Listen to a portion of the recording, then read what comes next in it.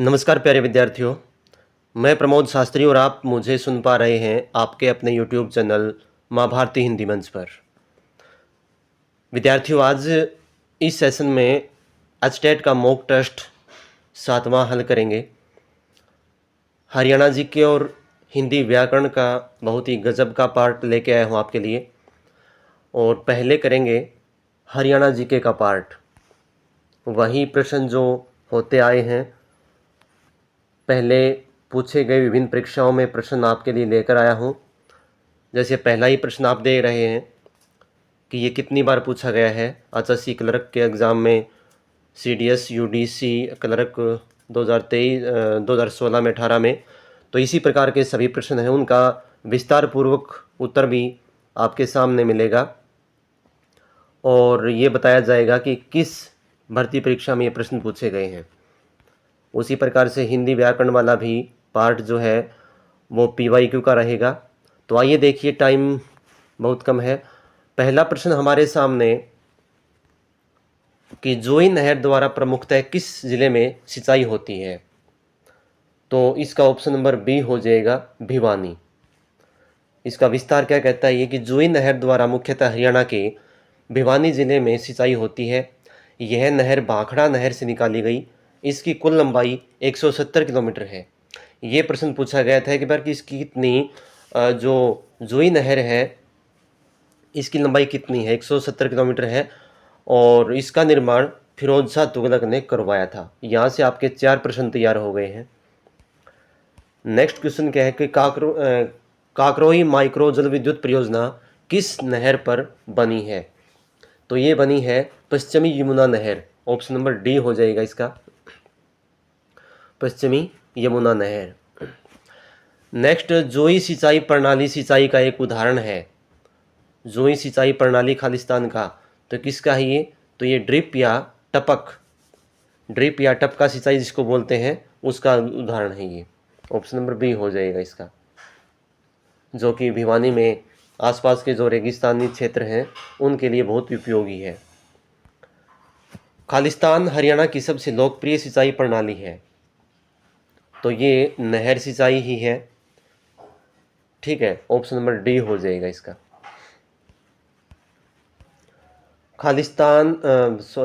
हरियाणा सिंचाई विभाग का मुख्यालय कहाँ पे है, तो मुख्यालय जो लगभग है वो 70% पंचकुला में ही है। ठीक है, ये एक तुक्का भी आप मार सकते हो। यदि प्रश्न में कुछ कंफ्यूजन है तो नहीं आ रहा है तो पंचकुला कर देंगे, तो लगभग 70 भी नहीं, मतलब 80% जो हेडक्वार्टर्स है वो पंचकुला में है। तो ये भी सिंचाई विभाग का मुख्य कार्यालय जो है वो पंचकुला में है। हरियाणा में सिंचाई नेटवर्क को कितने भागों में बांटा जा सकता है, तो इसका ऑप्शन नंबर ए हो जाएगा। हरियाणा में जो सिंचाई नेटवर्क को जो है 4 भागों में हम विभाजित कर सकते हैं। ठीक है, तो ऑप्शन नंबर ए हो जाएगा इसका। अगला प्रश्न देखिए, ये देखो इसका दे रखा है कि सिंचाई के प्रमुख 4 साधन हैं जिसके अंतर्गत नहरें, नलकूप, कुएं, तालाब आते हैं। आगे देखो, नलकूपों की सहायता से फव्वारों द्वारा सिंचाई किस जिले में होती है, तो ये नलकूप और फव्वारों द्वारा सिंचाई यहाँ पे चरखी दादरी, महेंद्रगढ़, भिवानी यहाँ पे ज़्यादा होती है। तो यहाँ पे ऑप्शन नंबर सी हो जाएगा। ठीक है, ऑप्शन नंबर सी। अगला प्रश्न देखिए क्या है, हरियाणा में मटके खालिस्तान पर चिकनी मिट्टी का प्रयोग करके बनाए जाते हैं। तो ये जो चक्र होता है उस पर मटके बनाए जाते हैं। ऑप्शन नंबर बी हो जाएगा। हरियाणा के पहाड़ी क्षेत्र की मृदा है, तो कौन सी मृदा है, पहाड़ी क्षेत्र की चट्टानी मृदा होती है ये, जो कि हरियाणा के उत्तर में मोरनी तथा दक्षिण क्षेत्र में अरावली पर्वत का कुछ जो भाग है वहाँ पे इस प्रकार की मृदा या मिट्टी पाई जाती है। हरियाणा के राज्य के मोरनी क्षेत्र में किस प्रकार की मृदा पाई जाती है, वो आ गई चट्टानी या पथरीली। ठीक है, अगला प्रश्न देखिए, हरियाणा के अधिकांश भागों में आपको खालिस्तान मिट्टी देखने को मिल सकती है। कैसी मिट्टी, बलुई दोमट हो जाएगा यहाँ पे, बालू और उसके साथ कोई चिकनी मिट्टी या जलोढ़ मिट्टी या काली मिट्टी जो भी है, तो बलुई दोमट बोलते हैं उसको। हरियाणा का अधिकतम भाग निम्नलिखित में से किस मृदा प्राधान्य का है, यानी कि कौन सी मृदा सबसे ज़्यादा मात्रा में पाई जाती है, तो ये रेतीली दुमटी मृदा, ठीक है ना, रेतीली दुमटी मृदा जो है यहाँ पे पाई जाती है। ऑप्शन नंबर सी हो जाएगा। निम्नलिखित में से कौन सी मिट्टी हरियाणा में नहीं पाई जाती, तो ऑप्शन नंबर डी हो जाएगा, काली मिट्टी। खैर पाई तो जाती है लेकिन बहुत ज़्यादा मात्रा में नहीं। तो पर्वतीय मिट्टी, लाल कछार मिट्टी, ये जो है ज़्यादा पाई जाती हैं इसके मुकाबले में। अब आ गया कौन सा, हरियाणा राज्य में कृषि मत्स्य पालन। देखो इसका, तो निम्नलिखित में से कौन सा हरियाणा के प्रमुख कपास उत्पादक जिलों में से नहीं है, तो ये ऑप्शन नंबर सी हो जाएगा, अम्बाला, ठीक है ना। आगे देखिए, हरियाणा राज्य के किसान निम्नलिखित में से किस में मछली पकड़ने के लिए प्रेरित करते हैं, तो देखिए इसका ऑप्शन नंबर डी हो जाएगा, अंतर्देशीय जल और कृत्रिम तालाब। ऑप्शन नंबर डी हो जाएगा इसका। हरियाणा का कौन सा जिला गेहूं का सबसे बड़ा उत्पादक है, तो हरियाणा का जो गेहूं का सबसे बड़ा उत्पादक है वो करनाल है वैसे तो, अनुपात के हिसाब से देखें तो, लेकिन इसने आंसर में बता रखा है सिरसा बता रखा है इसने, तो शायद सिरसा तो नहीं, करनाल ही आएगा इसमें, ठीक है ना। आगे देखो, हरियाणा राज्य के निवासियों का प्रमुख पेशा क्या है, तो ये कृषि है। 80% जो भौगोलिक क्षेत्र है इसके अंतर्गत आता है वो। अगला प्रश्न क्या है, खालिस्तान के उत्पादन में हरियाणा का प्रथम स्थान है। मसालों, मेवे, गोभी और मशरूम, तो ये मशरूम में है हरियाणा का प्रथम स्थान। और हरियाणा में सबसे ज़्यादा मशरूम कहाँ, ये होती है सोनीपत में। ऑप्शन नंबर डी, ठीक है। अगला प्रश्न देखो क्या है, अगला प्रश्न देखिए, हरियाणा में किस सब्जी की खेती सबसे अधिक होती है, तो ऑप्शन नंबर ए हो जाएगा, आलू की, ठीक है। आलू की जो खेती है वो सबसे ज़्यादा होती है। निम्नलिखित में से किस देश ने हरियाणा में बागवानी परियोजना स्थापित की है, तो ये इजराइल ने की है, ठीक है ना। इंडो इजराइल जो है बागवानी स्कीम की स्थापना की है यहाँ पे, जो कि यहाँ सब्जियों के लिए एक बहुत ही लाभदायक है। उस फसल का नाम बताइए जिसका प्रमुख उत्पादन है, हरियाणा का है, तो धान, जूट, गेहूँ हो जाएगा इसमें। ऑप्शन नंबर बी हो जाएगा यहाँ पे, जिसे गेहूं की टोकरी भी कहा जाता है। कृषि आधारित फूड पार्क निम्नलिखित में से कहाँ स्थित है, तो ये नरवाना, साहा, डब वाली, ये सभी में है तीनों जगह पे, ठीक है ना। आगे देखिए, साहा जो है अम्बाला में है, शाह मारकंडा, डब वाली सिरसा में है, ठीक है ना। आगे देखो, और नरवाना जींद में है। हरियाणा में आम की बागवानी किस जिले में नहीं होती, यमुनानगर, करनाल, कुरुक्षेत्र, महेंद्रगढ़, तो ये महेंद्रगढ़ में नहीं होती है। ऑप्शन नंबर सी हो जाएगा इसका आंसर। अगला देखिए, खुम्भी फसल के उत्पादन में हरियाणा का कौन सा जिला अग्रणी है, ये अभी जो पूछा था मशरूम या खुम्भी, तो अभी बताया था। ऑप्शन नंबर डी हो जाएगा, सोनीपत। अगला देखिए, और देश का सबसे बड़ा उत्पादक राज्य है, तो बिहार, ठीक है ना। बिहार और उड़ीसा ये अग्रणी राज्य हैं मशरूम के लिए। हरियाणा के किस ज़िले में सरसों की सबसे ज़्यादा पैदावार होती है, तो ये हो जाएगी आपकी रेवाड़ी और महेंद्रगढ़, दो ज़िलों में, ठीक है ना। तो यहाँ महेंद्रगढ़ नहीं है, रेवाड़ी है, रेवाड़ी हो जाएगा। हरियाणा में इनमें से किस फसल की खेती सबसे ज़्यादा होती है, चावल, जवार, गेहूं, दालें, तो गेहूं हो जाएगा यहाँ पे ऑप्शन नंबर डी। हरियाणा के उत्पाद खालिस्तान के उत्पादन में पहले स्थान पर है। तो मशरूम, फिर आ गए प्रश्न पूछ लिया, मशरूम के उत्पादन में सबसे ज़्यादा है। अगला प्रश्न देखिए, हरियाणा सरकार ने पशुधन बीमा योजना की शुरुआत की। तो ये झज्जर से की थी 29 जुलाई 2016 को। ठीक है ना, ये प्रश्न भी बहुत बार पूछा गया भाई। हरियाणा में किस प्रकार की फसलें उगाई जाती हैं? तो रबी और खरीफ। ठीक है ना, रबी और खरीफ। एक होती है जायद, जो कि रबी और खरीफ के बीच में होती है, जो कि अप्रैल मार्च के लास्ट में उसकी बिजाई होती है और जून तक वो पूरी हो जाती है। लगभग ये कहिए कि सब्जियों की होती है वो।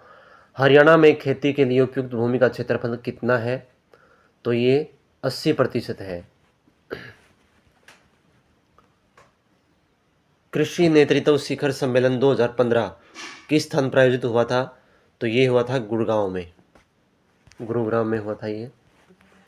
सिरसा की मंजियाना परियोजना किस मिशन के तहत आती है? देखो भाई, 2-3 बार पूछा गया प्रश्न ये। तो ये आती है बागवानी मिशन के अंतर्गत, ऑप्शन नंबर डी।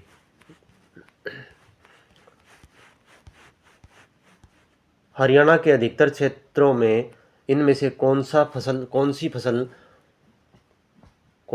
खालिस्तान फसल बोया जाता है? तो कौन सी बोई जाती है इसमें? ये धान बोई जाती है इसमें से, ऑप्शन नंबर बी हो जाएगा। हरियाणा में सबसे अधिक किस मसाले की खेती होती है? तो मसाले की बात आती है तो कौन सा हो जाएगी? मेथी हो जाएगी यहाँ पे। ठीक है ना, वैसे तो हल्दी की आती है, लेकिन हल्दी ऑप्शन में नहीं है तो मेथी हो जाएगा। उसके बाद मेथी का आता है। इसका विस्तार देखिए, हरियाणा में सबसे अधिक मसालों में हल्दी की खेती की जाती है, परंतु विकल्प के अनुसार मेथी सबसे अधिक उत्पादित की जाती है। राज्य की हिसार, गुरुग्राम में मेथी की खेती की जाती है। मेथी की उन्नत किस्मों में हिसार सोनाली, हिसार मनोहर एवं पूसा आदि हैं। हरियाणा सरकार ने किसे पेय या खाद्य पदार्थ के साथ खालिस्तान के मिश्रण पर प्रतिबंध लगा दिया? तो ये द्रव नाइट्रोजन के मिश्रण पर प्रतिबंध लगाया गया है, ऑप्शन नंबर ए हो जाएगा यहाँ पे। हरियाणा की मुख्य खरीफ फसल है, तो ये हो जाएगी चावल। आगे देखो, खाने के संबंध में हरियाणा खालिस्तान कहलाता है। तो रोटी की भूमि या अन्न की टोकरी, अनाज की टोकरी, ये भी इसको संज्ञा दी जाती है कई बार। अम्बाला खालिस्तान के लिए प्रसिद्ध है, तो ये आम के लिए हो जाएगा। आम पर ही इसका ज़िले का नाम अम्बाला पड़ा। अम्ब का मतलब होता है आम। ठीक है ना, यहाँ पे आम सर्वाधिक मात्रा में होते हैं। आगे देखो, अगला जो प्रश्न है, हरियाणा राज्य में कपास व्यापार का केंद्र है कौन सा? तो ये पलवल हो जाएगा। कपास व्यापार का केंद्र पूछा गया, न कि उत्पादन का। ठीक है, आगे देखिए, हरियाणा का कौन सा जिला मशरूम के उत्पादन में प्रसिद्ध है? देखो फिर पूछ दिया ये, तो सोनीपत हो जाएगा। खालिस्तान हरियाणा का एक कपास उत्पादक क्षेत्र नहीं है। झज्जर, सिरसा, फतेहाबाद, जींद, तो ये झज्जर में कम होती है इनकी बजाय। सिरसा, जींद, फतेहाबाद इनमें ज़्यादा होती है। खालिस्तान हरियाणा में कपास का सबसे बड़ा उत्पादक है, तो ये ऑप्शन नंबर सी हो जाएगा, सिरसा। निम्नलिखित में से कौन सी एक हरियाणा की प्रमुख फसल नहीं है? तो चाय नहीं है यहाँ पे, चाय हमारे नहीं होते बिल्कुल भी, ऑप्शन नंबर सी हो जाएगा। हरियाणा में कौन सा जिला सरसों की पैदावार में प्रथम स्थान पर है? तो ये फिर पूछ लिया था, तो ये महेंद्रगढ़ हो जाएगा। मैंने बताया था महेंद्रगढ़ और रेवाड़ी इसमें मुख्य हैं, लेकिन इसमें रेवाड़ी नहीं है, इसमें महेंद्रगढ़ है, तो ऑप्शन नंबर सी हो जाएगा। तो दोस्तों, ये तो हरियाणा जीके से थे। अब करेंगे हम हिंदी व्याकरण वाले प्रश्न। तो देखिए, अब देखिए हिंदी व्याकरण के प्रश्न। पहला प्रश्न है कि श्याम को गाड़ी नहीं मिली क्योंकि वह समय पर नहीं गया। क्योंकि वह समय पर नहीं गया जो रेखांकित वाक्य है, ये उपवाक्य कौन सा है? तो ये यहाँ पे क्रिया की विशेषता बताई जा रही है, तो ये क्रिया विशेषण उपवाक्य हो जाएगा, ऑप्शन नंबर 4। यदि वह पढ़ाई करता तो अवश्य उत्तीर्ण होता, अर्थ के आधार पर यह वाक्य है। तो यहाँ पे संकेतवाचक वाक्य हो जाएगा ये, ठीक है ना।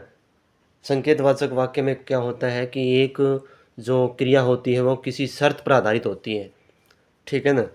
तो यदि वह पढ़ाई करता तो अवश्य उत्तीर्ण होता, यानी कि उत्तीर्ण तभी होता तब वह पढ़ाई करता। तो यहाँ पे ऑप्शन नंबर कौन सा हो जाएगा? 4 सही हो जाएगा, संकेतवाचक।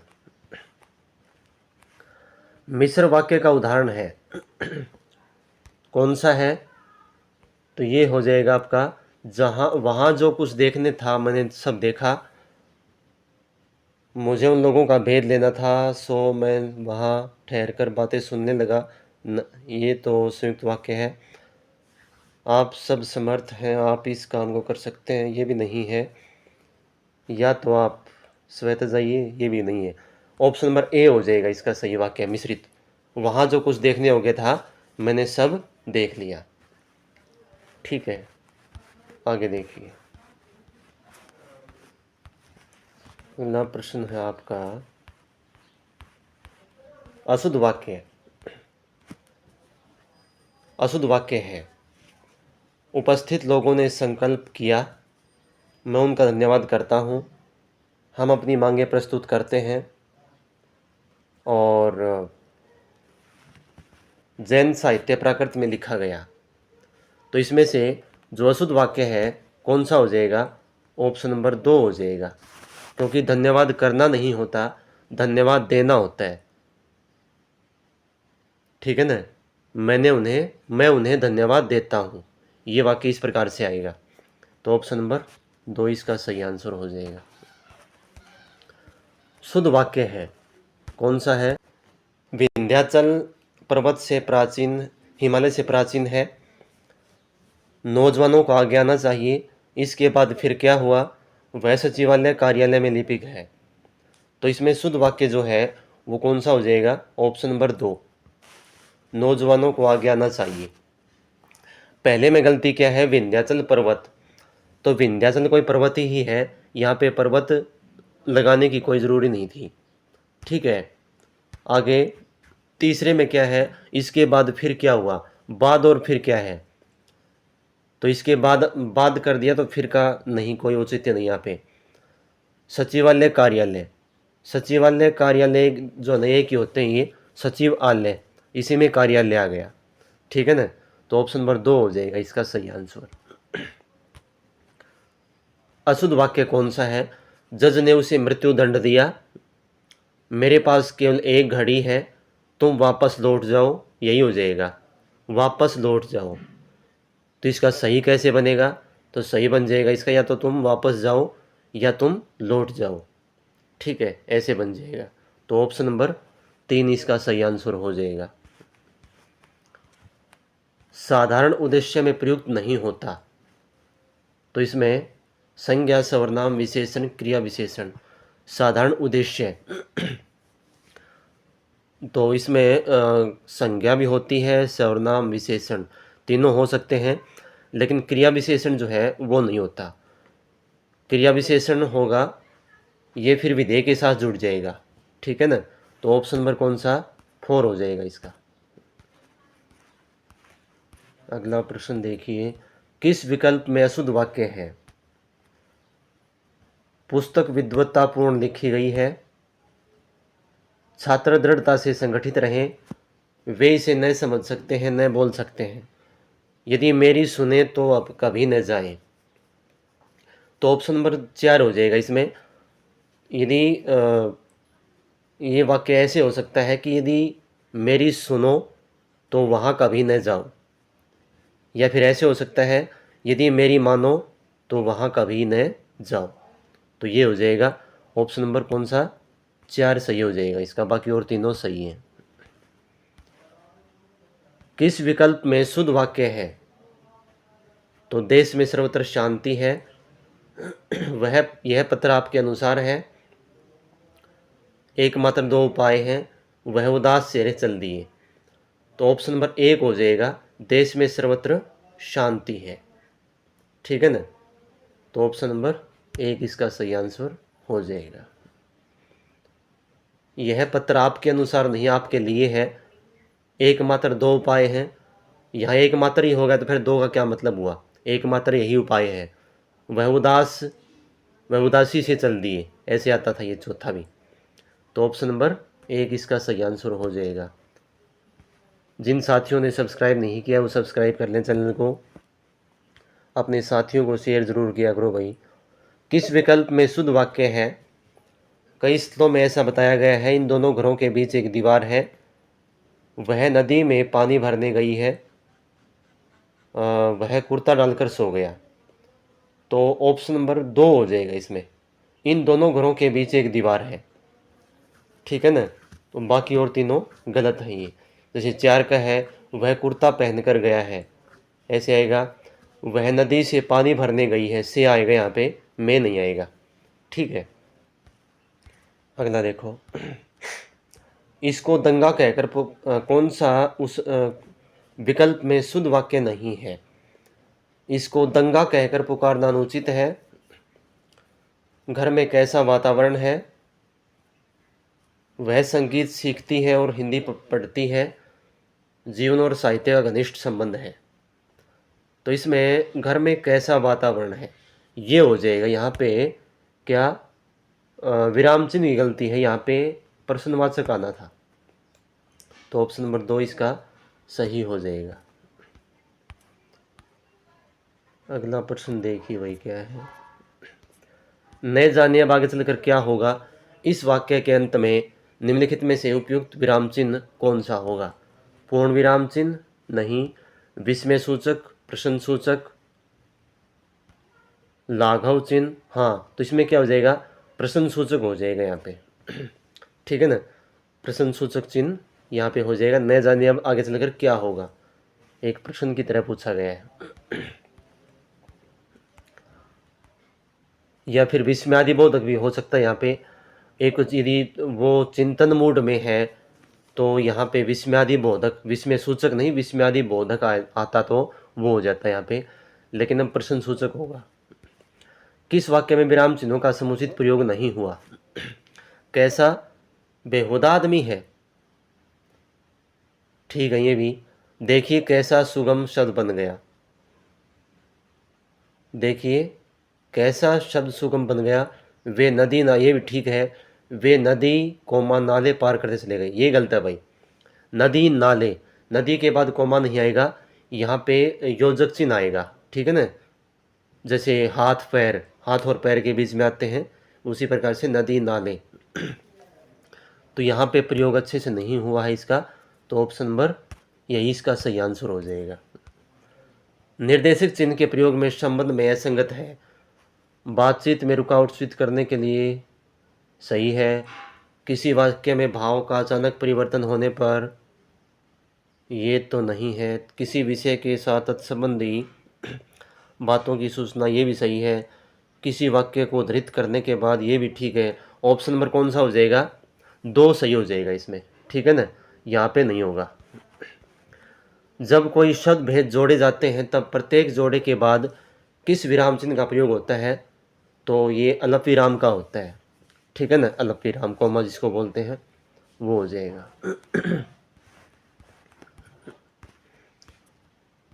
तालों में दांत जमना मुहावरे का निकटतम अर्थ क्या है? उपहास होना, दुर्दशा के लक्षण प्रकट होना। तो यही हो जाएगा, दुर्दशा के लक्षण प्रकट होना, तालों में दांत जमना। आगे देखिए ऑप्शन नंबर 2 इसका सही आंसर हो जाएगा। नाक का बाल होना मुहावरे का निकटतम अर्थ क्या है? तो नाक का बाल अत्यधिक जो प्रेमीजन होता है, अत्यधिक प्रिय।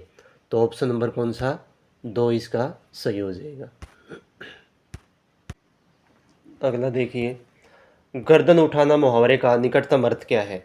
तो गर्दन उठाना ये हो जाएगा आपका जिम्मेदार होना, उत्तरदायित्व, दबाव डालना, विरोध करना। ऑप्शन नंबर कौन सा? चौथा हो जाएगा, विरोध करना। किसी रचना का रूपांतर करने से बाहर लगाए गए शब्दों के साथ किस विराम चिन्ह का प्रयोग किया जाता है? अवतरण चिन्ह, कोष्ठक, तुल्यात्मक, स्थान पूर्वक। किसी रचना का रूपांतरण करने से में बाहर से लगाए गए शब्दों के साथ किस विराम चिन्ह का, बाहर से लगाए गए शब्दों के साथ, तो इसका निश्चित नहीं है भाई, गलत तो नहीं बता सकते, लेकिन जहाँ तक मेरा अनुमान है इसमें कोष्ठक चिन्ह आएगा। ठीक है ना, कोष्ठक मतलब कन्फर्म नहीं है, वो एक बार देख के फिर बताएंगे नेक्स्ट वीडियो में। तो इसका लेकिन जहाँ तक है आइडिया वो कोष्ठक आएगा, ऑप्शन नंबर 2।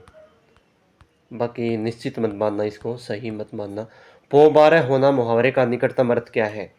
तो पोबारह होना, हर तरह से लाभ ही लाभ होना, ये इसका सही आंसर हो जाएगा, ऑप्शन नंबर 2। लोकोक्ति और उसके अर्थ की दृष्टि से कौन सा विकल्प सुमेलित नहीं है? भूख में गुल्लर पकवान, भूख लगने पर स्वादहीन भोजन भी स्वादिष्ट मालूम होता है, सही है। भूखा सो रूखा, भूखे व्यक्ति को रूखा सूखा भी अच्छा लगता है, ये गलत है भाई। भूखा सो रूखा का मतलब होता है कि भूखे व्यक्ति को ज़्यादा गुस्सा आता है, ये गलत हो जाएगा। भूखे सियार को सीधा मेवा, भूखे मनुष्य को साधारण भोजन, ठीक है। भूखा सिंह ने तिनका खाए, बड़ा आदमी कष्ट आने पर भी छोटा काम नहीं करता, सही है। तो ऑप्शन नंबर कौन सा हो जाएगा? ऑप्शन नंबर 2 सही आंसर हो जाएगा इसका, ये असंगत है, सुमेलित नहीं है। कलेजा पक जाना मुहावरे का निकटतम अर्थ क्या है? कलेजा पक जाना, घबराहट, मार्मिक चोट, दुख सहते सहते तंग आना, हृदय का निर्बल होना, ये तो ऑप्शन नंबर 3 हो जाएगा, ऑप्शन नंबर 3, दुख सहते सहते तंग आ जाना। ठीक है, आगे देखिए। या फिर इसका हृदय का निर्बल होना, ये भी हो सकता है, ये उस पर डिपेंड करता है कि कौन इनमें से कौन सा मतलब वो आंसर की दी होगी इसने, बाकी दोनों आ सकते हैं। जमीन सख्त आसमान दूर का लोकोक्ति का अर्थ कौन सा होगा? जमीन सख्त आसमान दूर, तो ये होता है कि सुख और दुख में सब समान होते हैं, कठिन परिस्थिति में होना, ठीक है ना, कठिन परिस्थिति में होना, ऑप्शन नंबर 2 इसका सही आंसर हो जाएगा। दमड़ी की अरहर सारी रात खड़खड़, लोकोक्ति का निम्नलिखित अर्थ कौन सा होगा? तो ये हो जाएगा जरा से काम को बहुत बढ़िया चढ़ाकर दिखाना, यानी कि काम थोड़ा सा और उसको जो है एक बहुत दिखावे के रूप में उसको करना, ऑप्शन नंबर 1 इसका सही आंसर है। अगला प्रश्न क्या है? जैसे सांपनाथ वैसे नागनाथ, लोकोक्ति का निम्नलिखित अर्थ क्या है? तो इसका हो जाएगा जैसा कर्म करते दोनों ही दुष्ट प्रकृति के व्यक्ति होना, ऑप्शन नंबर 3 सही हो जाएगा इसका, दोनों ही दुष्ट प्रकृति के। आगे देखो क्या है, ये तो आ गए प्रश्न। 52 तोले पावरती, लोकोक्ति का निम्नलिखित से अर्थ क्या है? 52 तोले पावरती, तो ये इसमें क्या हो जाएगा? जो हर तरह से बिल्कुल ठीक हो, ठीक है ना, हर तरह से ठीक हो, ये हो जाएगा, ऑप्शन नंबर 2। ये स्टेट में नहीं पूछे जाते। आगे देखिए भाई, हाँ, संधि से प्रश्न आ गए। संधि की दृष्टि से त्रुटिहीन विकल्प कौन सा है? महा प्लस ऐश्वर्य, त्रुटि रहित यानी कि जो ठीक है, महेश्वर्य होता गलत है, जल्लौघ होता ये भी गलत है, सदैव होता ये भी गलत है, जीत प्लस इंद्रिय जितेंद्रिय, ये सही हो जाएगा। ठीक है, ऑप्शन नंबर कौन सा 4 सही हो जाएगा। बाकी इन सभी में वृद्धि संधि होती। ठीक है ना, आगे देखिए, किस विकल्प में त्रुटिपूर्ण संधि है, इनके जो गलत है वो। वी आज सही है, पितृइच्छा ये गलत है, पितृ प्लस इच्छा कैसे आता है ये आता है इस प्रकार से, पितृ ऐसे आता है ये प्लस इच्छा, तो यही इसका आंसर हो जाएगा। उपेक्षा प्लस इच्छा सही है, लघु प्लस उर्मी लघु उर्मी ठीक है ये भी। तो ऑप्शन नंबर 2 इसका सही आंसर हो जाएगा, ये गलत है। संधि विच्छेद की दृष्टि से सही नहीं है। कटुक्ति सही है।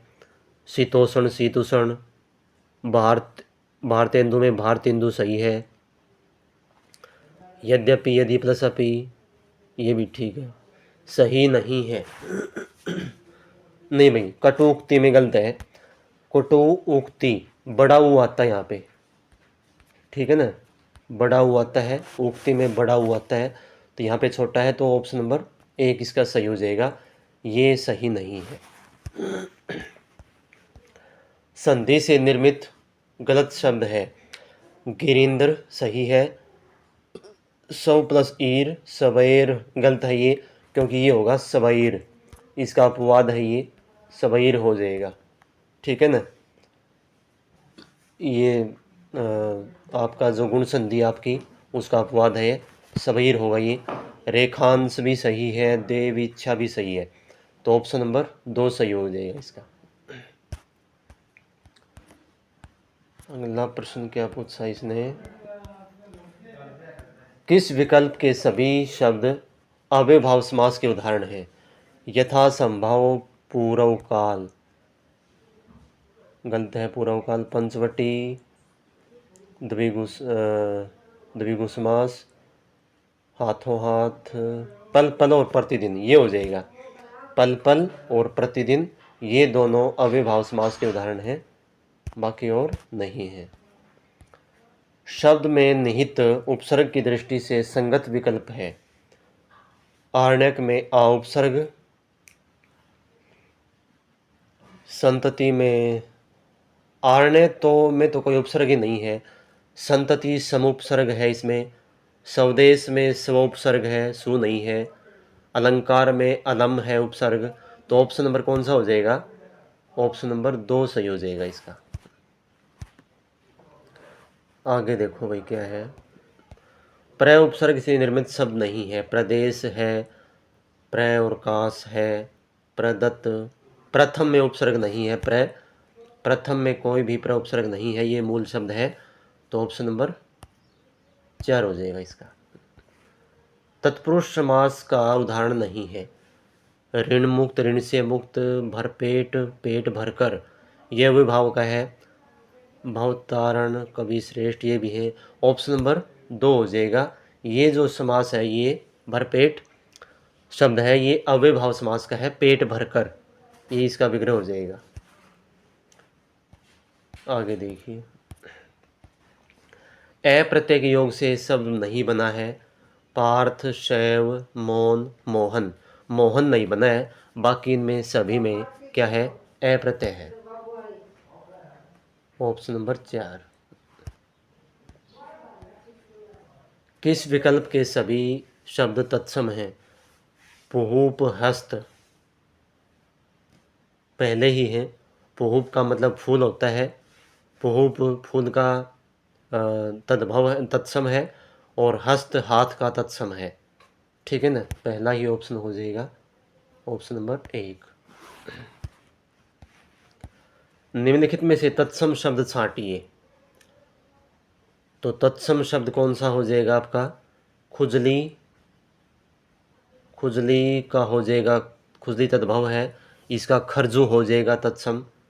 धरती तद्भव है, इसका धरित्री हो जाएगा तत्सम। कुछ भी नहीं है, और छवि, छवि तत्सम शब्द है, छवि का तद्भव हो जाएगा छाया, ठीक है, या साया, तो ऑप्शन नंबर 4 इसका सही आंसर है, यही तत्सम है। या प्रत्यय के योग से बना शब्द नहीं है। विद्या, सैया, समस्या, सवैया। सवैया नहीं है भाई, सवैया में अय्या प्रत्यय है, अय्या, अय्या प्रत्यय है, ठीक है ना, अय्या प्रत्यय है इसमें। सवैया ऑप्शन नंबर कौन सा हो जाएगा? 4 हो जाएगा इसमें। और सभी में या प्रत्यय है। आगे देखिए, निम्नलिखित में से तद्भव शब्द है तो घात, खांसी, एकादश, गोस्वामी।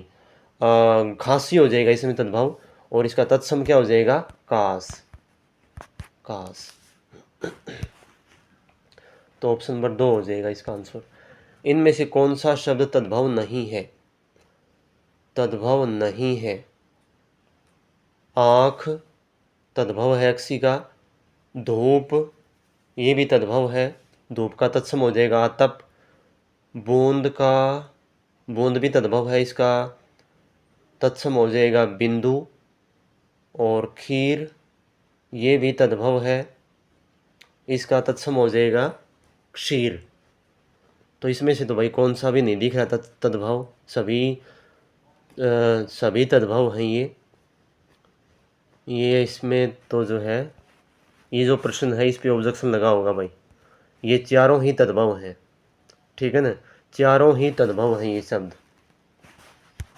कैसे? आँख का अक्षी, धूप का होता है आतप, बूंद का होता है बिंदु, खीर का होता है अक्षीर, ये वाला, ठीक है ना। तो इसमें चारों हो जाएंगे। इस पे ज़रूर जो है ना ऑब्जेक्शन लगा होगा। आगे देखिए, निम्नलिखित में से देशज शब्द है तो देशज शब्द कौन सा है भाई? चकमक, टीन, कनस्तर, ठुमरी। ये ठुमरी है इसमें देशज शब्द, ठीक है। ऑप्शन नंबर 4 हो जाएगा। ठुमरी या चकमक, चकमक भी हो सकता है, इन दोनों में से है भाई, थोड़ा ध्यान नहीं एक बार। बाकी मेरे ख्याल से ठुमरी ही है, बाकी दूसरा और तीसरा तो ये विदेशी शब्द हैं। आगे देखो, निम्नलिखित शब्दों में से अर्ध तत्सम शब्द का चयन कीजिए, यानी कि जो पूरी तरह से तत्सम भी नहीं है और तत्सम तद्भव भी नहीं है। तो आग तो पूरी तरह तद्भव है, खेत क्षेत्र का हो जाएगा तद्भव, और विकीर्ण ये भी है बिखरा हुआ, और बच्छ, बच्छ मतलब वत्स, बच्चा, बछड़ा या बच्चा ऐसे बनेगा इसका, और इसका तत्सम हो जाएगा पूरी तरह से वत्स, ठीक है। तो ऑप्शन नंबर 4 हो जाएगा इसका। अगला प्रश्न देखिए, निम्नलिखित में से भाववाचक संज्ञा है। कुटुंब हो जाएगा समूहवाचक, धातु हो जाएगा आपका जातिवाचक, नींद, नींद हो जाएगी, ठीक है ना, नींद भाववाचक संज्ञा हो जाएगी।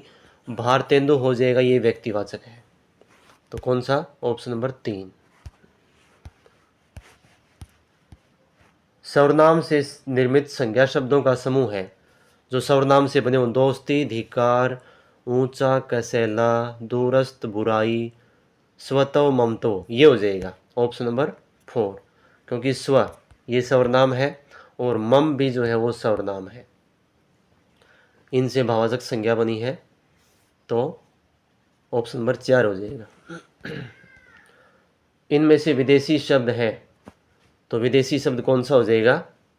जीब, घड़ा, आल्हा, वकील, वकील हो जाएगा, और ये फारसी भाषा का शब्द है वकील। Option number 4।